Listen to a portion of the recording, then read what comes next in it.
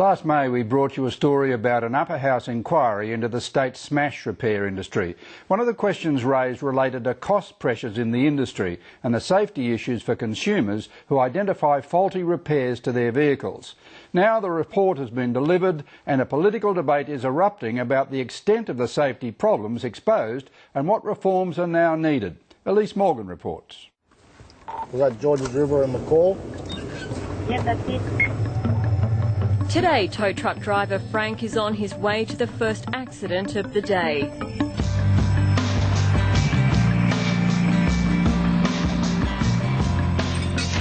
He's just one small part of the $6 billion smash repair industry in New South Wales. It's a familiar scene to any motorist. Every day, scores of accidents happen on our roads. A parliamentary committee has found that wherever this car goes to be repaired, though, that there's no guarantees that it will be done properly. And there's fears that new laws governing the repair industry to be brought in later this year won't have any major new consumer protections. Lives aren't being placed at risk. The committee firmly established that.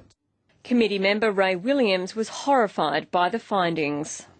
Many thousands of vehicles each year are being returned to the road following repairs in a substandard manner, which is jeopardising the safety of not only the occupants of those vehicles, but certainly every driver on the roads of New South Wales. That seal is not sealing correctly, and when you drive the car, the vacuum of the back that's created at the back of the car is actually sucking exhaust fumes into your car, which ultimately is poisoning you with carbon monoxide poisoning. In June, 7:30 New South Wales found evidence of cars signed off by insurers and returned to customers, with critical parts missing, damaged safety panels not replaced, and one that had gases leaking into the cabin. That's why I believe the onus is on us now as a government to adopt those recommendations to ensure the highest standards of safety are applied to the repair of motor vehicles. The committee handed down 21 recommendations in July, after 6 months of hearings with all parts of the industry, including insurance companies and repairers. These are some of the key ones. That repairers be able to get assistance from the Small Business Commissioner in stoushes with insurance companies. That all crash assessors actually be licensed and certified. And that a public register be set up so consumers can see who to avoid. These recommendations would be easy to implement, according to Labor MP and committee member Tanya Mihalik. The Minister would simply have to ask Parliamentary Council to make those necessary amendments for the scribe legislation and table that into Parliament. Clearly New South Wales opposition has indicated that it's certainly supportive of these recommendations. It's not so easy, says the Minister. It will now go through another process, which is just simply what happens with every committee report, where all the stakeholders will be consulted again in relation to those recommendations, so we actually form a whole-of-government response. How long is that process going to take? Well, the normal process for every committee report is 6 months. Okay, so we're due to report on the 2nd of January, but we will see if we can expedite that if that's possible. There's already been 3.5 years of industry consultation, which has led to the new Motor Vehicle and Repairers Act, which was passed last year, and led to this committee's report. Once it's bent, you replace it. Some in the industry, like smash repairer Brian Cowan, says enough is enough. 2005, we had a productivity inquiry. 2006, we had a stay safe inquiry. Here we are in 2014. We've had another inquiry. How many inquiries are we going to have? All the inquiries come up with pretty much the same findings. It's to do with safety and the consumer.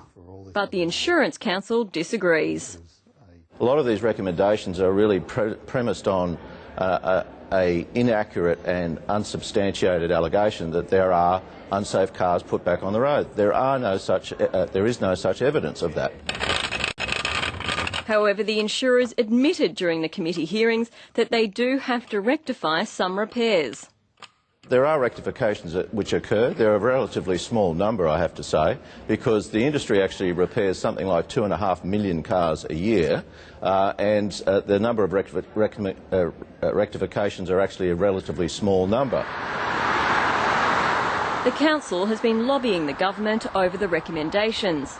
Tanya Mihalik's concerned that lobbying is at the expense of consumer rights. I have had a number of insurer groups attempt to see me in relation to the inquiry, and they certainly indicated that they had their concerns in relation to some of those recommendations. Which ones don't they like? Well, they weren't very specific, but it was clear that they, in general, were not very favourable to any changes that were proposed by our select committee. It's true that Suncorp and IAG dominate 60% of the insurance market through their many brands. The council represents them and others. We do lobby on behalf of our membership, of course we do, that's our role, but we also do it on the basis of fact and evidence. We commissioned a report by Deloitte Access to investigate how the industry is operating, how a repair industry is evolving, and that report points out quite clearly that this is an industry in transformation. Are you dragging your feet on this issue? Certainly not. My brief is to ensure that consumers in New South Wales are safe. And I'm very delighted to receive this report from the committee. As I said, we need to ensure the treatment of that report is considered and that we get the balance right, and that's what I'll be seeking to do. If you're about to have another accident, are you worried about did that repairer repair my car correctly just before you hit another car head on? This is not a joking matter, and it just seems to be a joking matter, with it just going on and on for years and years. Are we going to wait for another death? Thanks, Elise. And apologies, of course, Ray Williams is a Liberal MP, not National.